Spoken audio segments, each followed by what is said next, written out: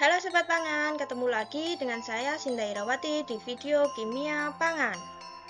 Topik video kali ini yaitu mengungkap rahasia kencing kuda dalam wadai ilat sapi. Sobat Pangan, pernahkah kalian menikmati renyahnya wadai ilat sapi, cemilan khas yang bentuknya unik seperti lidah sapi? Di balik kelezatannya, tersimpan sebuah rahasia dapur tradisional yang mungkin membuat kita sedikit terkejut, yaitu penggunaan bahan pengembang yang dijuluki kencing kuda. Nama yang terdengar ekstrim ini sebenarnya merujuk pada bahan kimia seperti amonium bikarbonat yang mengeluarkan bau amoniak menyengat saat dipanaskan. Mirip seperti, ya kalian tahu sendirilah. Fenomena ini adalah contoh sempurna dari etnosains, di mana masyarakat lokal secara turun-temurun menggunakan pengetahuan dari alam dan lingkungan sekitar untuk menciptakan teknologi pangan mereka sendiri. Namun, sebagai calon ilmuwan, saya tidak bisa berhenti di situ.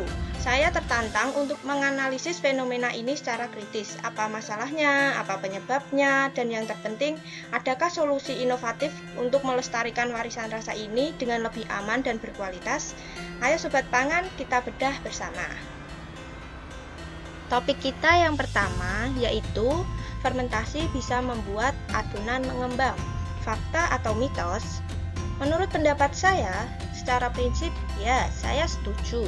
Fermentasi dalam konteks pembuatan roti atau kue adalah proses di mana mikroorganisme, biasanya ragi, berupa khamir dari genus Saccharomyces, memakan gula yang ada di dalam adonan.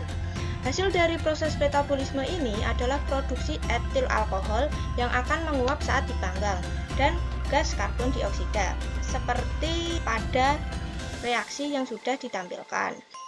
Namun, dalam konteks wadai ilat sapi yang menggunakan kencing kuda, peran utama pengembangan adonan tampaknya tidak berasal dari fermentasi biologis, melainkan dari reaksi kimia.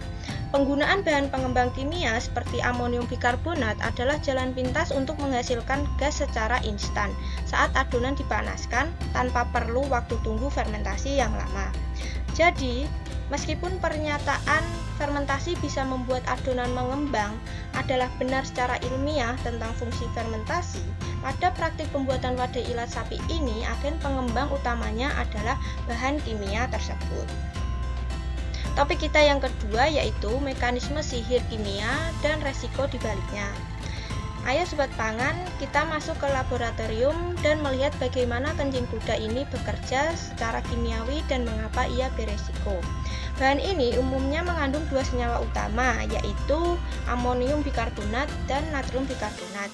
Pada amonium bikarbonat, ini adalah bintang utamanya. Saat terkena panas dari oven atau panggangan, senyawa ini akan terurai menjadi tiga produk yang semuanya berupa gas, yaitu karbon dioksida, uap air, dan gas amoniak. Pada karbon dioksida inilah gas bertanggung jawab membuat kue mengembang dan renyah. Untuk uap air membantu memberikan tekstur yang lembut, sedangkan gas amoniak ini dia adalah biang keladinya. Gas amoniak inilah yang memiliki bau tajam dan pesing. Jika dosisnya pas dan pemanggangan sempurna, sebagian besar amoniak akan menguap. Namun, jika dosisnya berlebihan, sisa amoniak akan terperangkap di dalam kue menyebabkan aroma pesing yang tidak sedap dan rasa yang getir. Dan untuk natrium bikarbonat atau yang biasa kita sebut soda kue, senyawa ini juga terurai karena panas, meskipun reaksinya sedikit berbeda. Senyawa ini juga menghasilkan karbon dioksida untuk mengembangkan adonan.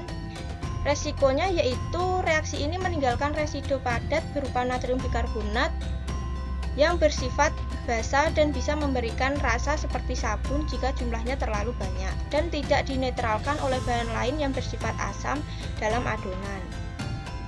Yang perlu Sobat Pangan perhatikan yaitu penggunaan amonium dalam pangan diatur ketat oleh BPOM. Paparan amoniak berlebih dapat mengiritasi saluran pernapasan.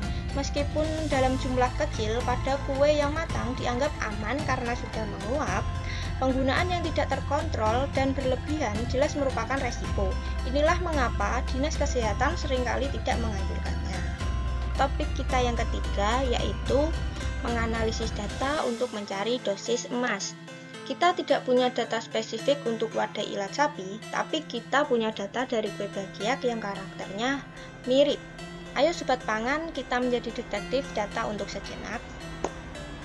Seperti pada tabel yang sudah ditampilkan, didapatkan grafik penerimaan konsumen menunjukkan pola puncak dan lembah.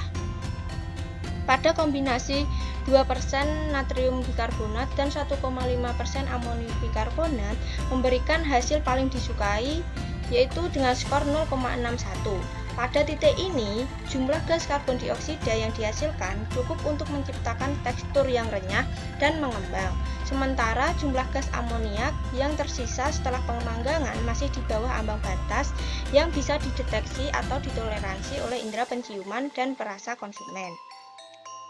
Dan ketika dosis amonium bikarbonat meningkat dari 1,5% menjadi 2,5% pada baris keempat, skornya anjlok dari 0,60 ke 0,39. Ini adalah bukti ilmiah yang kuat bahwa pada konsentrasi tersebut jumlah residu amoniak menjadi terlalu banyak. Aroma pesing dan rasa getir mulai dominan, mengalahkan tekstur renyah yang dihasilkan, yang menyebabkan kue menjadi tidak dapat diterima oleh konsumen. Kesimpulannya yaitu, berdasarkan data ini, dosis bahan pengembang yang paling tepat adalah kombinasi 2% natrium bikarbonat dan 1,5% amonium bikarbonat karena mencapai keseimbangan sempurna antara pengembangan tekstur dan penerimaan aroma atau rasa dari konsumen. Topik kita yang keempat dan topik kita yang terakhir yaitu inovasi formula dan strategi implementasi untuk UMKM lokal.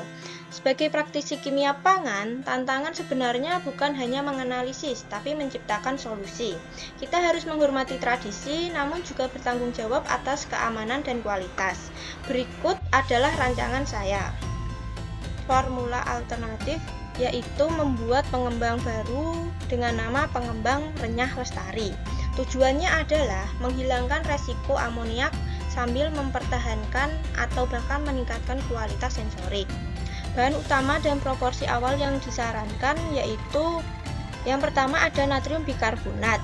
Tetap kita gunakan sebagai sumber utama gas karbon dioksida sebesar 40%. Dan yang kedua ada natrium asam pirofosfat sebanyak 30%. Ini adalah bahan asam pengaktif. Dan yang terakhir ada pati jagung atau maizena sebagai filler atau zat pengisi yang menjaga agar kedua bahan aktif tidak bereaksi sebelum digunakan sebesar 30%. Kombinasi ketiganya pada dasarnya adalah resep untuk membuat baking powder double acting yang aman dan bersertifikasi food grade. Selanjutnya ada mekanisme kerja ilmiah. Aksi yang pertama yaitu pada saat adonan basah, sebagian kecil natrium asam pirofosfat bereaksi dengan natrium bikarbonat saat bertemu air menghasilkan sedikit gas karbon dioksida untuk mengaerasi adonan awal, seperti yang sudah tertera pada reaksi yang sudah ditampilkan. Dan pada aksi kedua saat pemanasan, reaksi utama terjadi saat pemanggangan. Panas mempercepat reaksi antara sisa natrium asam pirofosfat dan natrium bikarbonat, melepaskan sebagian besar gas karbon dioksida yang membuat kue mengembang sempurna di dalam oven. Selanjutnya, keunggulan dari formula ini yaitu pertama, keamanan pangan terjamin. Semua bahan adalah bahan tambahan pangan atau BTP yang diizinkan BPOM dan tidak menghasilkan residu berbau pesing. Yang kedua, hasil sensorik unggul. Tidak ada resiko aroma amoniak. Rasa kue menjadi lebih bersih dan hanya menonjolkan cita rasa asli dari kelapa dan gula merah. Tekstur renyah yang konsisten karena pelepasan gas yang terkontrol. Dan yang ketiga ada stabilitas. Pati jagung mencegah reaksi dini, membuat pengembang ini stabil disimpan lama. Dan pada strategi implementasi untuk UMKM dari dapur nenek ke dapur modern, langkah yang pertama yaitu kolaborasi dan edukasi persuasif. Di sini saya akan berperan sebagai fasilitator pangan lokal, bekerja sama dengan tokoh masyarakat atau ketua paguyuban UMKM dan dinas kesehatan. Akan menggelar sarasean cinta rasa ilat sapi dengan narasi mari tingkatkan kualitas warisan kita agar makin dicintai dan aman untuk semua. dan menjelaskan tentang bagaimana aturan BPOM dan peluang pasar yang lebih luas dengan produk yang bebas bau amonia. Langkah kedua yaitu demonstrasi, lihat, cium, rasa. Mengadakan demo masak berdampingan, satu resep menggunakan kencing kuda dengan dosis tinggi, satu lagi menggunakan formula pengembang renyah lestari yang sudah kita buat. Para pelaku UMKM diajak untuk melihat langsung prosesnya, mencium aroma kue saat dipanggang, dan yang terpenting membandingkan rasa dan tekstur hasil akhirnya. Pengalaman langsung ini jauh lebih efektif daripada ribuan kata. Dan langkah ketiga yaitu ciptakan paket siap pakai. UMKM butuh kemudahan, bekerja sama dengan koperasi lokal atau toko bahan kue untuk menyediakan paket pengembang ilat sapi juara.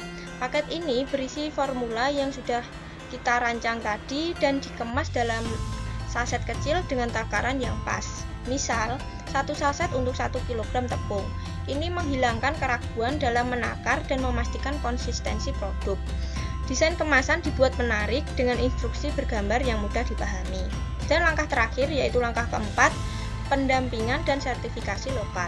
Melakukan pendampingan selama masa transisi, mengumpulkan feedback dan jika perlu sedikit menyesuaikan formula, membuat stiker atau label sederhana bertuliskan Wadai Ilat Sapi Premium dijamin renyah tanpa bau pesing, yang bisa ditempel di kemasan produk UMKM yang sudah beralih. Ini menjadi nilai jual dan jaminan kualitas bagi konsumen. Dengan pendekatan ini, kita tidak hanya menyelesaikan masalah teknis kimia pangan, tetapi juga memberdayakan komunitas, menjaga kelestarian budaya, dan meningkatkan nilai ekonomi produk lokal. Inilah esensi sejati dari inovasi yang berakar pada etnosains. Cukup sekian video kali ini. Jika ada salah-salah kata, saya mohon maaf. Dan ingat, melestarikan rasa, meningkatkan kualitas, bersama kita memajukan pangan lokal Indonesia. Bye-bye, sampai jumpa di video selanjutnya. Terima kasih.